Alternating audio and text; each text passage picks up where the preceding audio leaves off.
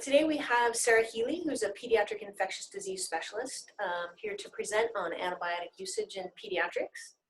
And she is recently relocated to Reno. We're super happy to have her here. And she's working at Renown as well as through the university.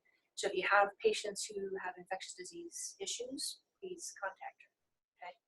I'm going to start by just asking if you have any cases of any sort, infectious disease or not.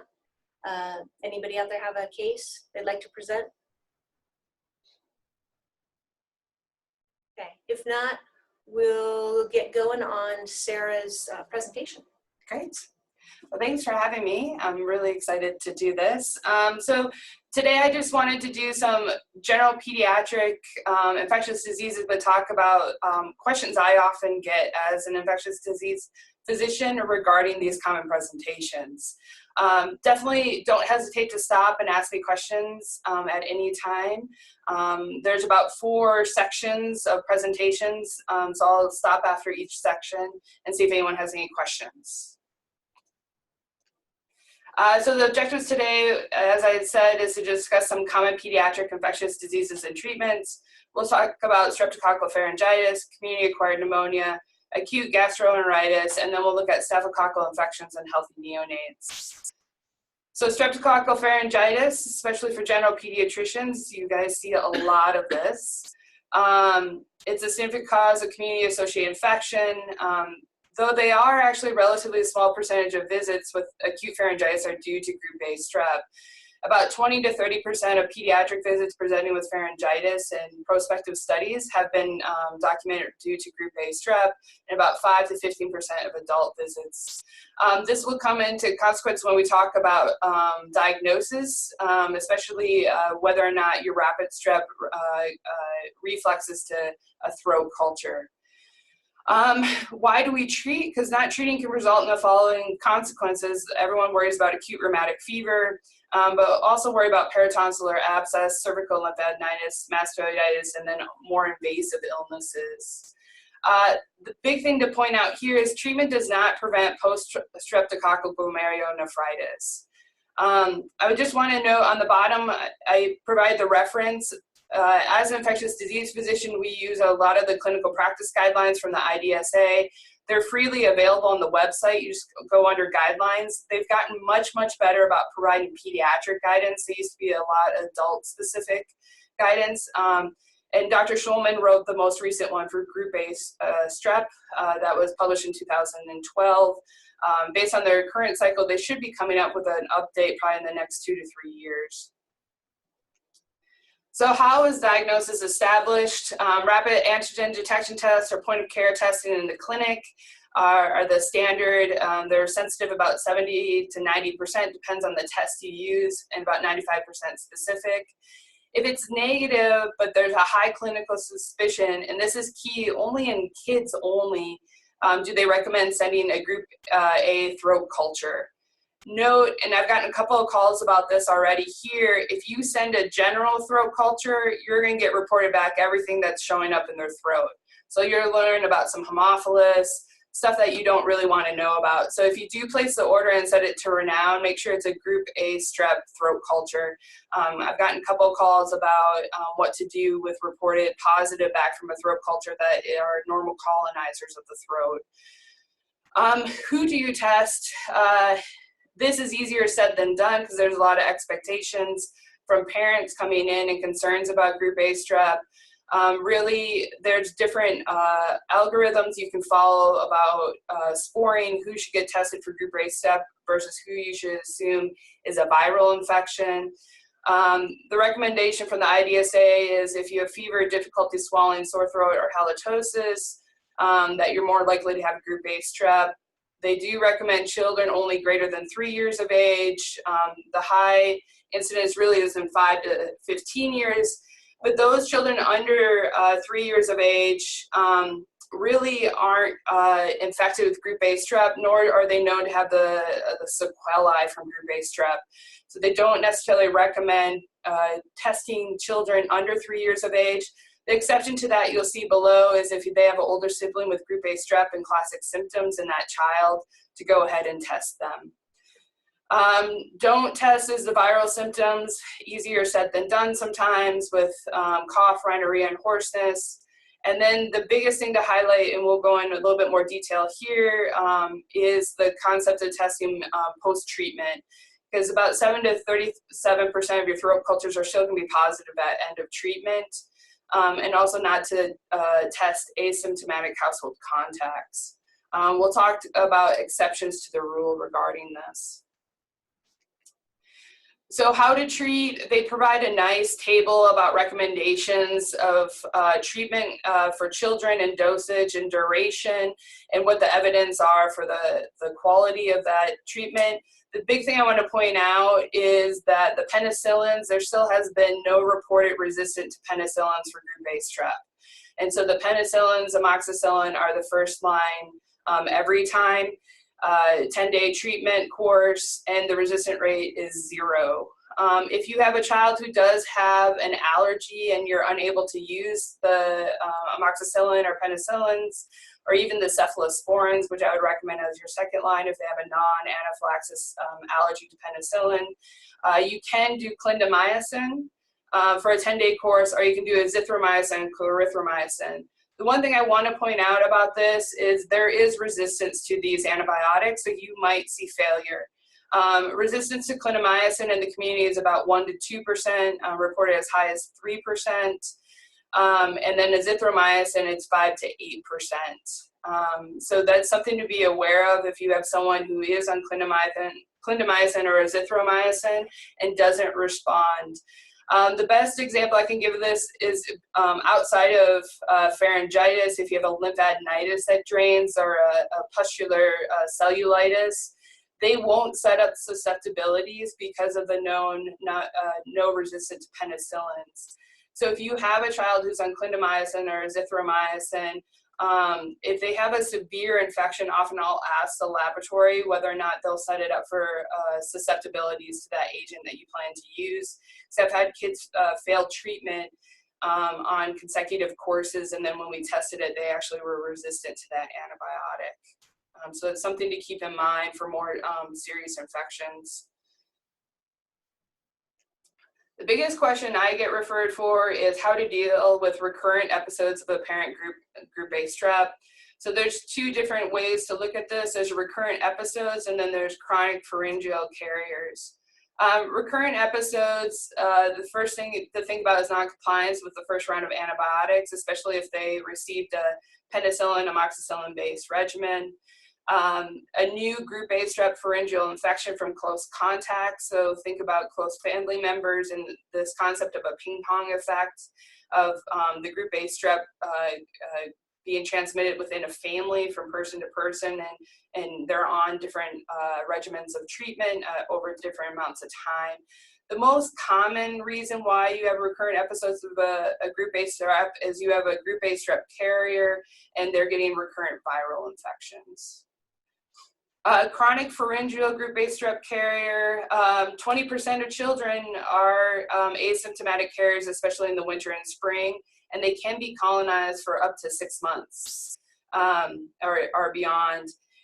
What you'll see, and we don't usually recommend this, is you don't see rising ASO titer with repeated infections. They have no active immunologic response, and they're difficult to eradicate completely. They usually don't require further treatment. If you detect a group A strep carrier or suspect one, exceptions to this are if there's community outbreaks of acute rheumatic fever, invasive group A strep, or even post-streptococcal glomerulonephritis. There's an outbreak in a closed community, so think of those who are in like military placements or confined areas. Our family or personal history of acute rheumatic fever, this is probably the main reason, is family with excessive anxiety about the group A strep infections, or when tonsillectomy is being considered. So how do you deal with these recurrent episodes? Chronic pharyngeal group A strep carriers, if you have, the most common referral received is a child who's had group A strep 5 to 6 times in a year.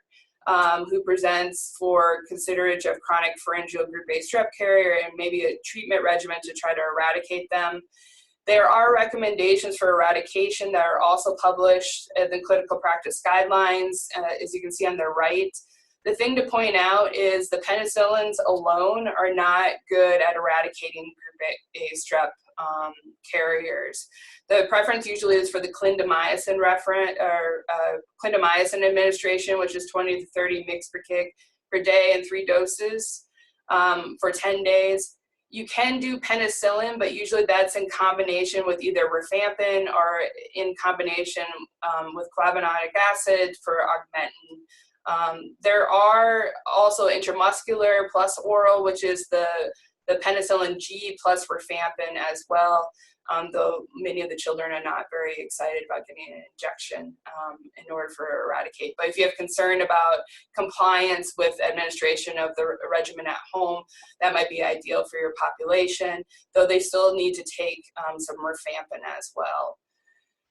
The concern within a family, if you have chronic carriers within the family, is there's this ping pong spread with the family. So they do recommend that you test the entire family cohort together and you treat them together who are group A strep carriers. If they're not a carrier at the time of treatment, the recommendation is not to treat them at that time. The success rate of this is it's not 100%. It's usually about 50 to 70% in the short term. Sometime in the long term, you get this ping pong effect come back.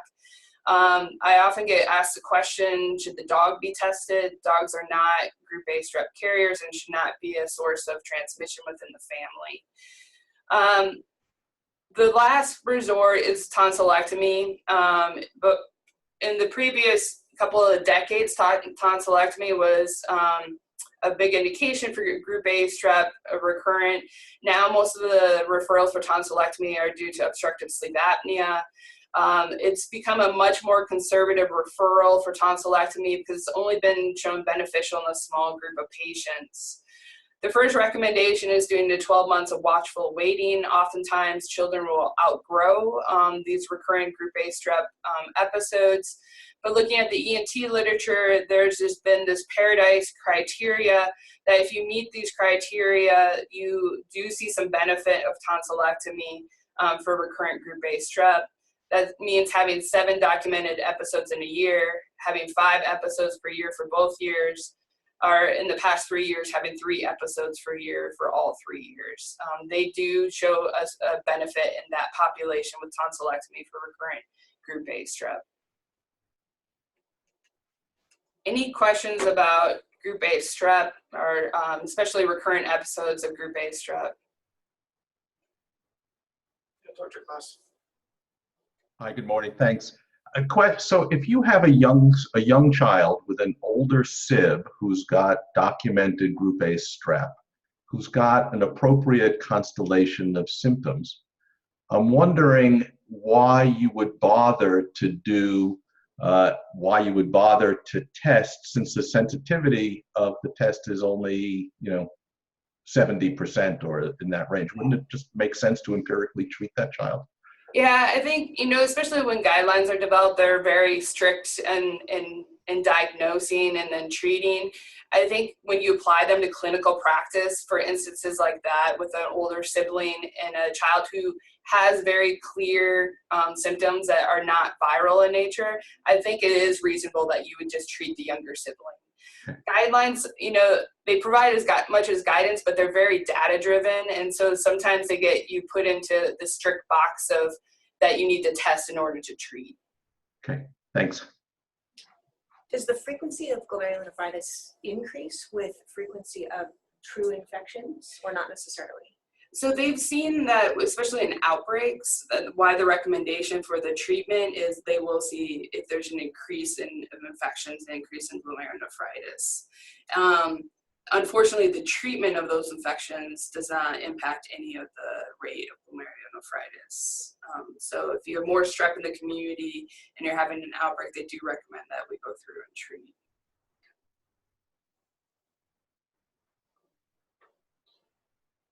Any other questions?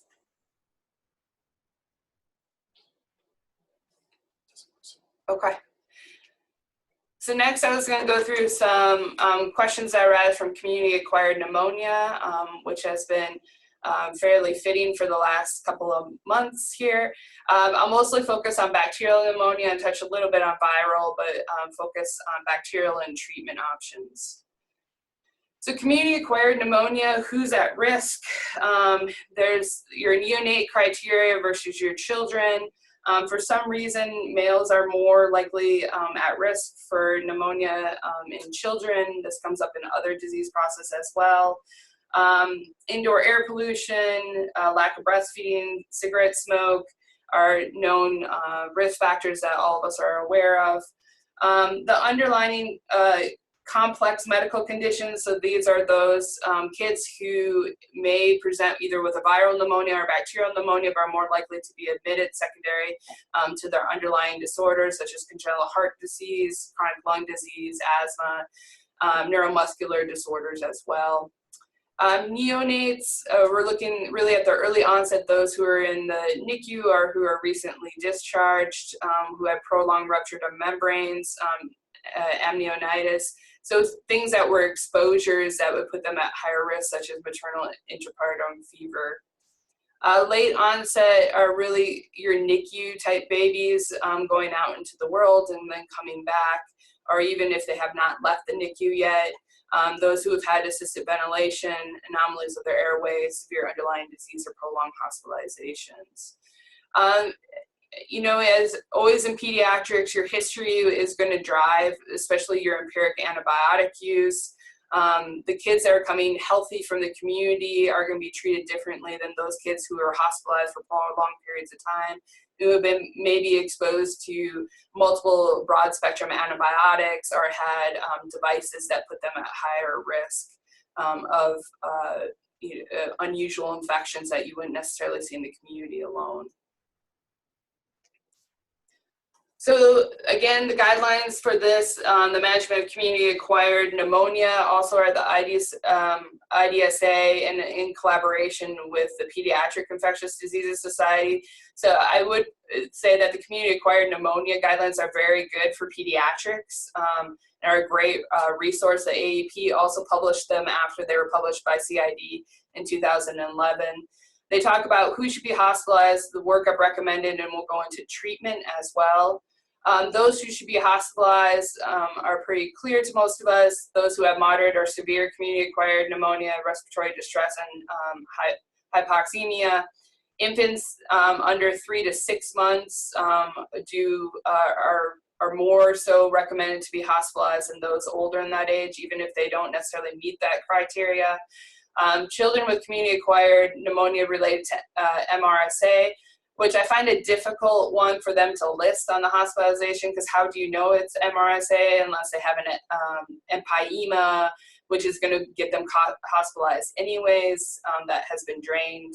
And then anyone with unreliable observation or follow-up, which I feel in pediatrics is a common concern with any child we're seeing that we're thinking about hospitalization or not.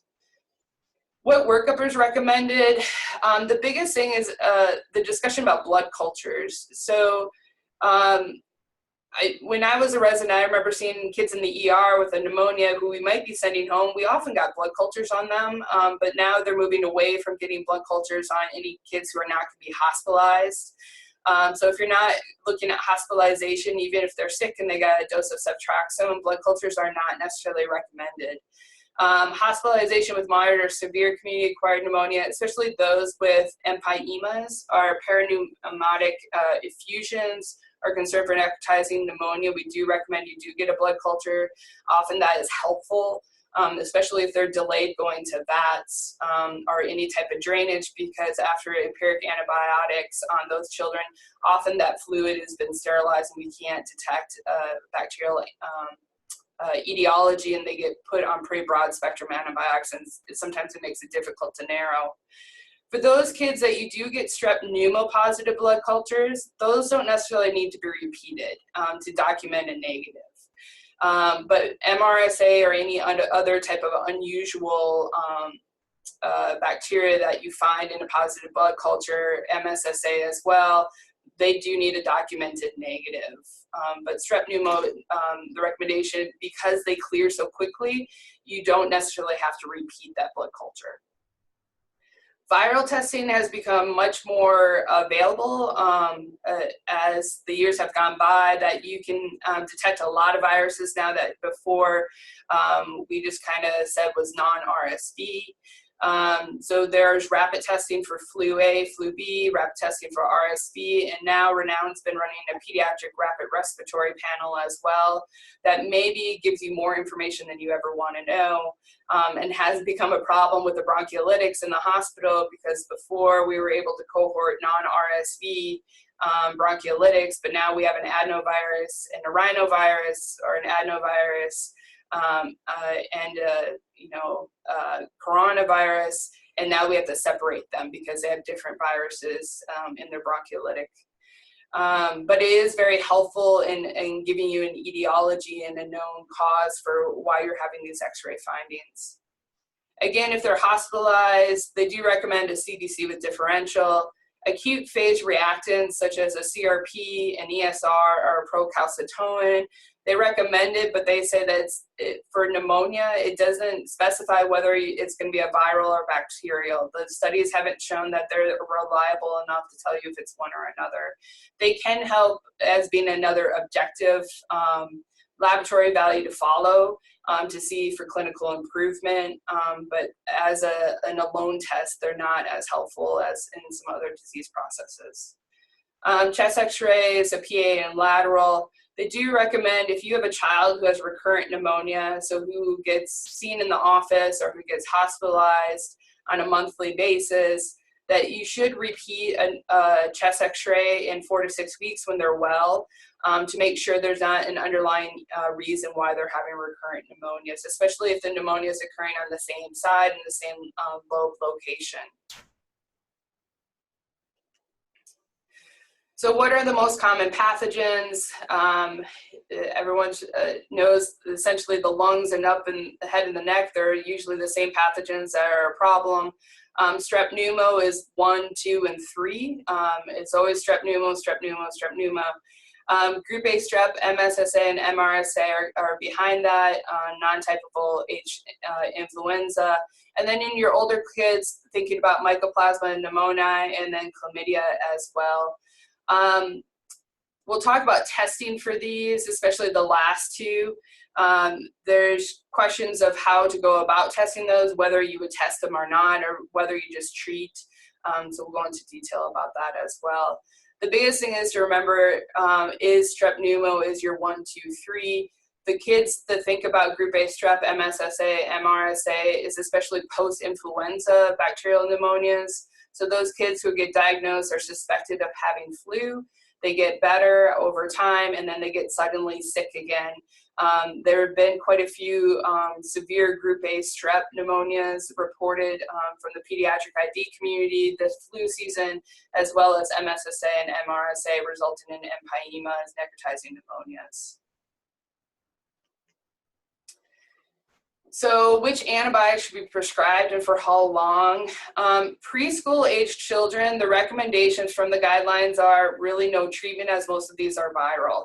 So when they do studies in kids who are not in school, the majority, about 80 to 85% of those, are actually viral infections. First line treatment, especially for outpatient, should be amoxicillin or augmentin, because of the number 1, 2, 3 being strep pneumo. For dosing purposes and concerns, often people will look at doing 3rd generation cephalosporins for more severe outpatient management, but you actually lose a lot of your strep pneumo activity with the ceftonir. So even if you have a child who has a penicillin allergy that you're concerned about, you really should be going with cefpodox or ceffurox to make sure that you're covering for strep pneumo, because that is going to be your most likely etiology of their bacterial pneumonia. Azithromycin, if you're suspecting Mycoplasma pneumonia, as well, should be added to their first line treatment for bacterial. If you have a kid who does have an anaphylaxis type allergy to penicillins, The next recommendation is clindamycin. I try to highlight those who get hospitalized, what their first line treatment is, and what we usually transition them to. I can admit, though, that oftentimes kids get admitted with IV ceftriaxone when really they should be being admitted with IV ampicillin. It really depends on what your concern are for their risk factors. For kids who have had frequent exposures to healthcare, I think ceftriaxone is reasonable, or if they're a direct admit into the PICU, ceftriaxone plus vancomycin is appropriate. But a lot of the kids who are going to our floor should be put on IV ampicillin because strep pneumo is going to be your most likely cause. The thing that becomes a problem, especially if you put kids on vancomycin and you have no positive blood cultures, and if they did have an empyema or perineumonic effusion, but it never got drained because it resolved with antibiotics, vancomycin is hard to necessarily take away as now you suspected MRSA. And how do you transition them to orals? So either you get stuck with putting them on linezolid, which can be expensive to patients, also has some significant side effects that we worry about, or you try them on clindamycin, but in the community we know that there's about 30 to 40% resistant of MSSA, MRSA to clindamycin. That I should hopefully have better information on, because we just are starting to develop pediatric antibiograms for the Reno area. And right now they're a combination of hospitalized and outpatient. So that's where the 40% comes from. But we're going to try to separate out the kids who are just coming through the ER, urgent care, without complex medical history. So your healthy kids, and look at what their MRSA resistant rate is to clindamycin. Duration is typically 10 days, but I will say in the adult literature, they are going less and less and less. So there are studies getting treatment duration for pneumonia down to 5 to 7 days. And so I wouldn't be surprised if the pediatric literature doesn't follow them by looking at studies of shorter duration of treatment for pneumonia. Testing, I don't think I get into that. Yeah. So testing wise, especially for mycoplasma, the rapid respiratory panel that now Renown is running, most people think of it as a viral panel, but mycoplasma is on that panel. So if you're suspecting that, you can do the nasal swab, send that in, and within a day you should get the result back. Before, the recommended testing was doing IgM and IgG, and if you've ever ordered one of those, they don't come back until you're done with treatment. So they're not necessarily the most helpful for your standard community-acquired pneumonia. If you have a kid that you're working up for kind of fevers or prolonged fevers, they have been helpful to give you an etiology when you're later down the course. But oftentimes, you don't think about sending that until they're more than 5, 6, 7 days of fever anyways, and then you don't get it back till day 15. So I would really recommend sending that if you are concerned about it and you want to get a result back. I would still empirically start them, but you can get the rapid respiratory panel back to show active mycoplasma infection, or you can still go with the standard where you treat for both if you have a high suspicion.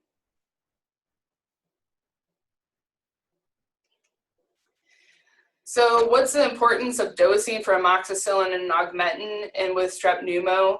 The biggest thing is pushing to this high dose amoxicillin doses, not the 45 mg per kg per day, but to the 90 mg per kg per day. With high doses of penicillin or ampicillin, we've had no proven cases of failure in pneumococcal pneumonia. This gets different when we talk about meningitis. The main reason is, as you can see, with regular dosing, you get below the time above the MIC. But if you push the dose up, you get prolonged time above the MIC for that strep pneumonia. There's also a push for augmentin as well, looking at Haemophilus influenza resistance. And there's some augmentin tablets that have a dual release. So they have the amox delayed release, so you get more time above the MIC. So by increasing the dose, increasing the dosing frequency or enhancing the PK by other means, you're able to push are able to treat these strep pneumonias with intermediate resistance. And so that's why amoxicillin or augmentin still remain the first line treatment, because at higher doses, you are targeting what the majority of your bacterial pneumonias are, is strep pneumo. Questions about community-acquired pneumonia?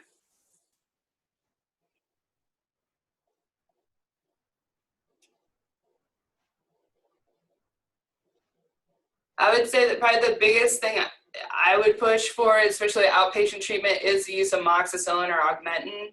And then if you feel that you need to broaden or you have an allergy, not to go to Ceftonir. And I know Ceftonir is really easy to use. It's easy to dose. It's very convenient for the family. It tastes pretty good for the kids. But to really scale back to the Cefpedox or Cefurox before the strep pneumo activity. Hi, Dr. Healy, it's Jessica. Yeah. Hey, you hit a lot of the key points that I would love to push out to the ER with you in the next few months. The only thing about the augmentin, I'd just be careful on the amoxicillin to clavulanic acid ratio, and to make sure that if you use the suspension that you use the right ratio, which I believe it's the 600. Okay. That'd be great. Otherwise, you're going to overdose on the clavulanic acid piece or cause a lot of diarrhea associated with that. Diarrhea. Yep. Thanks, Jessica, for reminding me of that. All right. Acute gastroenteritis, another favorite of pediatrics and seen quite a bit. Acute gastroenteritis also has very nice guidelines that you can access on the IDSA website. They were recently updated in 2017. They give you definitions and recommendations on how to diagnose, and also go into details about treatment, which is great. So acute gastroenteritis, decreased consistency of stools, increased frequency, plus or minus fever and vomiting, typically less than 7 days. They define prolonged acute gastroenteritis as 7 to 13 days, persistent 14 to 29, and then chronic greater than 30 days. In children, again, the etiology is most likely viral. Rotavirus, less so now with the rotavirus vaccine. Norovirus, astrovirus, adenovirus, and enterovirus. Bacterial are less likely, but still something to think about, specifically E. coli. Less likely Salmonella, Campylobacter, or C. diff. One thing I do want to highlight is C. diff testing is not recommended for kids 2 years of age or younger. A large majority of those kids are carriers already, even of the toxin-producing C. diff. They just don't have the receptors to actually have C. diff infection at that age. So if you took even healthy kids and tested all of them under the age of 2 years, about 40 to 50% of them would come back positive. So we do not recommend C. diff testing in under that age. The only exceptions for that, it would be if you had a kid who's already gone through all the other testing, viral, bacterial, stool cultures, OMP, and they have a known high risk factor, such as they are hem-onc children who have been exposed to broad spectrum antibiotics and all other stool testing is negative. We would consider testing in that age group, but in general would not recommend any testing in 2 years of age and younger. Parasitic, Giardia, Cryptosporidium, and Entamoeba histolytica are the most common parasitic diseases that would require treatment. I am going to highlight the ones I often get called about when providers send OMPs and you get back some parasite and whether or not you need to treat those. And so there's a nice website on the CDC that gives you the list of parasitic infections that you might get back on an OMP that require no treatment at all. It's a lot to talk to parents about because they have a positive test result and now they know they have a parasite in their child's GI tract and you're telling them don't worry about it. And the biggest thing is these parasites don't actually infect the cells. They just live with inside the lumen. And so that's why there's no recommended treatment for it. The big thing about acute gastroenteritis is whether or not to worry and whether or not you need to send a stool culture. They look at, is there any clinical features that may suggest bacterial etiology? High fevers, avert fecal blood, abdominal pain, or CSS involvement.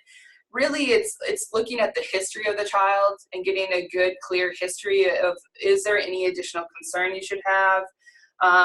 Hotels, cruise ships, resorts, water parks are kind of key things to talk about. Food exposures, so those who drink unpasteurized milk, in certain areas when I was in Seattle, we had folks who would go to the farmer's market and thought unpasteurized milk was better for their kids, or for unpasteurized goat's milk or cheeses. Also consumption of raw shellfish. Surprising how many younger kids are now eating sushi as part of their regular diet. Other things are child care center and outbreaks there. Travel is probably the biggest one to get a history on, especially individuals in this area traveling to visit friends and family back in Mexico. And then any kind of underlying condition as well. What workup is warranted? So if you have a concern, the first thing to do is a stool culture.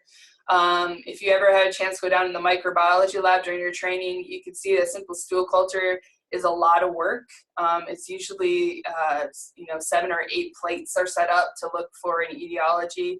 The thing I do want to point out that if you're concerned about Yersinia or Vibrio, you need to actually order an additional culture on top of that, because the standard stool cultures will not use the right plates for that growth.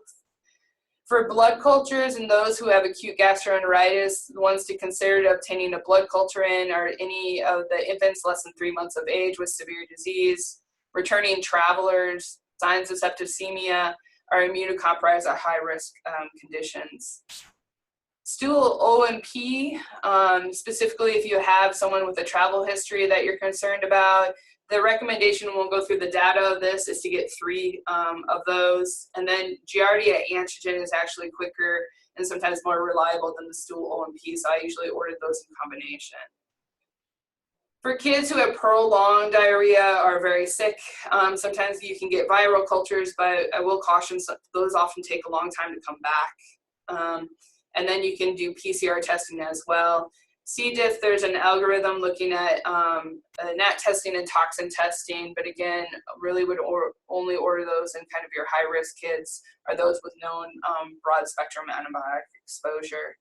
They have a very nice table in these guidelines that tell you exactly what type of test you should order for what you have a concern about, which is on the right-hand side. I know it's kind of tiny, but I have the reference as well that you can go through, that the table is provided as well for reference. What is NAT? It's essentially a PCR testing, nucleic acid based testing. It's another form of PCR. So why do we get 3 stool O&Ps? Because this is usually a point of contention, especially with families getting 3 O&Ps. It is debatable in the infectious disease literature whether you need 3, and it depends really on your community background rate of parasites. It also depends on who you're sending the O&P on. So if it's not as clear of an indication that they might have a parasite, then you do need the 3. If you're sending out the right population, oftentimes you only need 1. Since you can't control who else in the community is sending, the general recommendation is still to send 3 O&Ps on 3 separate occasions. In addition, they've done studies of looking at, okay, if I have a child who I'm going to send 3 O&Ps on, instead of them having to do it on each individual stool, can we just combine all 3 into 1? And that still is debatable whether or not that is recommended as well. When they did a prospective study looking at this in a developed nation, about 72% of your pathogenic parasites were found on the first O&P, but it increased to about 90-95% when you did 3. So that's why the recommendation is still remaining to be 3. So when do you empirically treat for acute gastroenteritis? In general, it's not recommended at all. In most cases, the risk of treatment outweighs the benefits. There's some exceptions to that, but empiric antibacterial treatment is usually not indicated. Exceptions to this are infants less than 3 months who have severe disease. Usually, though, these are your kids who are going to look septic as well, so you're going to treat them anyways, most likely with hospitalization. Those who are ill, immunocompetent with fever, abdominal pain, and bloody diarrhea, and you presume they have Shigella, there is a recommendation that it's okay to pre-treat them, though I will get into the point that there is back and forth. Maybe you should treat, maybe you shouldn't. Recent international travel, I would say, is probably the most common one I get called about for presumed treatment. Those kids who are getting presumed to treat are either enteric fever and getting IV ceftriaxone or IM ceftriaxone from the ER, or they're kids that are older who come back with travelers related diarrhea, and oftentimes they're getting sent home on a 3-day course of azithromycin or ciprofloxacin, which seems reasonable as well. What do you treat them with? Ceftriaxone usually is the drug of choice for those with concern for enteric fever. For those who are not enteric fever, azithromycin and ciprofloxacin are the most commonly prescribed drugs. Sometimes Bactrim as well is provided empirically. The thing about azithromycin and the fluoroquinolones, and I have to do this myself, is depends on where they travel, which drug you give, because of resistant rates in those communities. So oftentimes I will go to the CDC travel website and put in the countries they traveled to and see what the recommended antibiotic is for that area of the world, because resistant patterns are different in different regions. So who do you treat once you know what they have? Salmonella, C. diff, helminth infections, and then certain parasites, so Giardia, Dientamoeba, Entamoeba histolytica, and Strongyloides are clear recommendations for treatment. The ones that fall into this maybe treat, maybe not, depends on their clinical presentation. Campylobacter, Yersinia, and Shigella fall in there, and usually if you look at the Red Book or the CDC website, it's usually the severity of disease, whether or not you treat those or not. Parasites, blastocystis, and then is debatable whether or not you treat. And then in immunocompromised only is Cryptosporidium, Cyclospora, and then the last one used to be Isospora, but they renamed it. And then Microsporidium, which used to be with all those as well, has now been classified as a fungus. The biggest one about not treating is your E. coli's. E. coli, especially the 0157, because the relationship with HUS. Parasitic infection, the CDC website has a nice list of parasites that come back under your OMP report, and you're like, what am I supposed to do with this? Of ones that are not, you do not need to treat. And so that's the list there that's currently on the CDC website. Sometimes they get renamed, the names of the parasites. But if you put Endolimex nana in there, you'll get the whole list of those that do not require treatment. So why do we not treat a lot of these? And if we do treat them, what do we worry about? Specifically with salmonella, there's an increase in the prolonged shedding of salmonella with treatment, which puts kids at risk of infecting others. With older kids and adults who can do good hand hygiene or good prevention of fecal-oral transmission, there's a lot of counseling that could be done, but when you have the younger kids, especially trying to get them back to daycare, it could be quite a problem.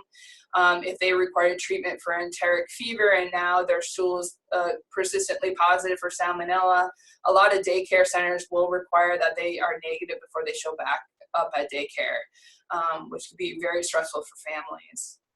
Campylobacter treatment, especially with fluoroquinolones, you can get occasional shedding now of a quinolone-resistant Campylobacter, and then with E. coli, it's the development of HUS as a main concern.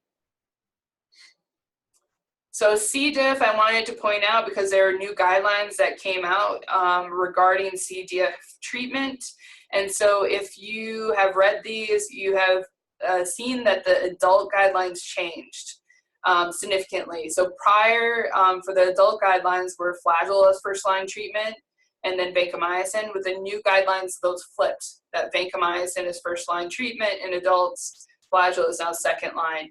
In the kids, they have not flipped as clearly. So still with initial episodes, non-severe flagyl or vancomycin.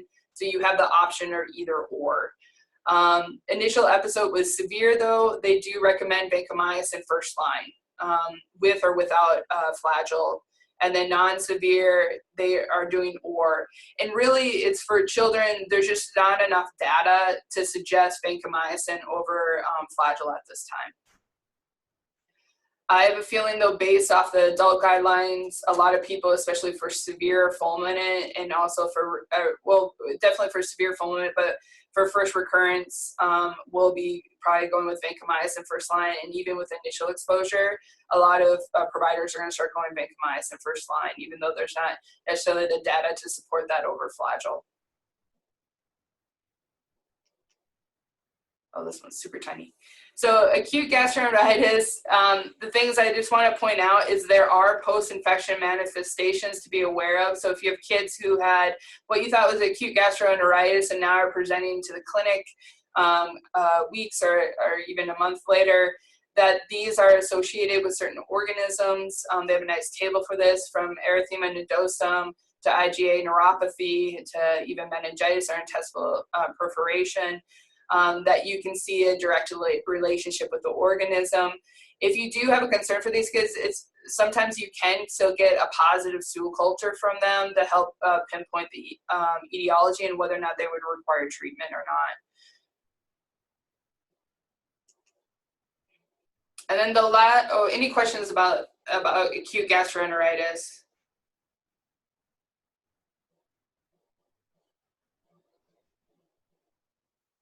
All right, so the last one I have is a quick one on staphylococcal skin infections and healthy neonates. So again, what are the risk factors for staphylococcal infections in healthy neonates? The males come up again. Peak onset is 7 to 12 days, and then an infected mom is seen 20% of the time. There is a spectrum of disease in the healthy neonates, from pustulosis, cellulitis, abscesses, mastitis, and then invasive disease. What I really wanted to highlight is about pustulosis. So staph can give you a localized manifestation of this kind of very superficial type pustulas, as you can see on the right. And the big difference about this, even though how that looks, is what the evaluation is. So if a healthy neonate is presenting with that, but otherwise is healthy, no fevers, feeding well, looking really well, their management is much, much different than kids who are presenting with fever or more extensive skin disease. You actually do not need to do a blood culture. You don't have to do urine and CSF. You don't have to admit them for treatment. They do recommend, and I do recommend when I get called about this in the ER, that they do culture one of those abscesses or the superficial abscesses, so we have their susceptibility patterns if the kid does change in their clinical presentation. But you actually can manage these kids as outpatients if they have a reliable family and good follow-up, and just with topical mupirocin. The group out of Texas has done pretty extensive studies on this with Staph aureus and following these kids, and those who have localized pustules that are superficial in a well child with good follow-up, you actually can just do topical antibiotics, which is a change from how these kids were handled in the past, where they got admitted for rule-out sepsis. Again, if they're severe or have other systemic symptoms, you do admit them for IV antibiotics. There is some literature that you can change even these small kids to oral antibiotics if long as their blood cultures remain negative, or if they got CSF or urine cultures and it's just limited to the skin. And they can have recurrent infections, and sometimes we see these kids in ID clinic for recurrent MRSA infections. Questions?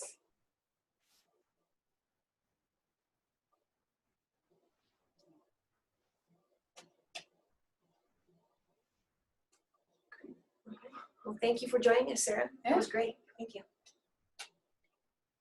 Thank you, everyone. Thanks, everyone. We will be back next month, May 4th. Here, let me find the topic, just one second. Yeah, we have Dr. Amy Hughes-Lansing, who's a child psychologist. She'll be speaking about chronic behavioral issues and chronic diseases. particularly in diabetes, but she also has a lot of experience in other chronic disease management for children. So I think it'll be really great. She's done a lot of research too in diabetes. Thanks, everyone. Thank you. Thank you. Thanks. I feel like I had a pediatric ID fellowship in an hour.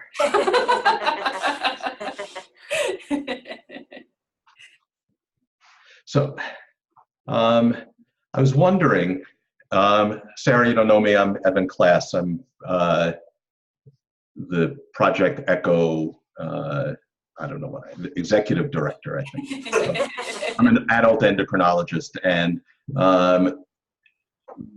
Kathy and I have been working on our PEDS Echo concept for a while. And I think that this session really highlights the value of this program.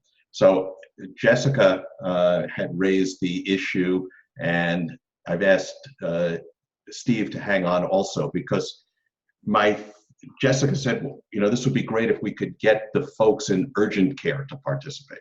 Yeah. And that's exactly the point, you know? So what I wanted to do was, Jessica, you're back. Good.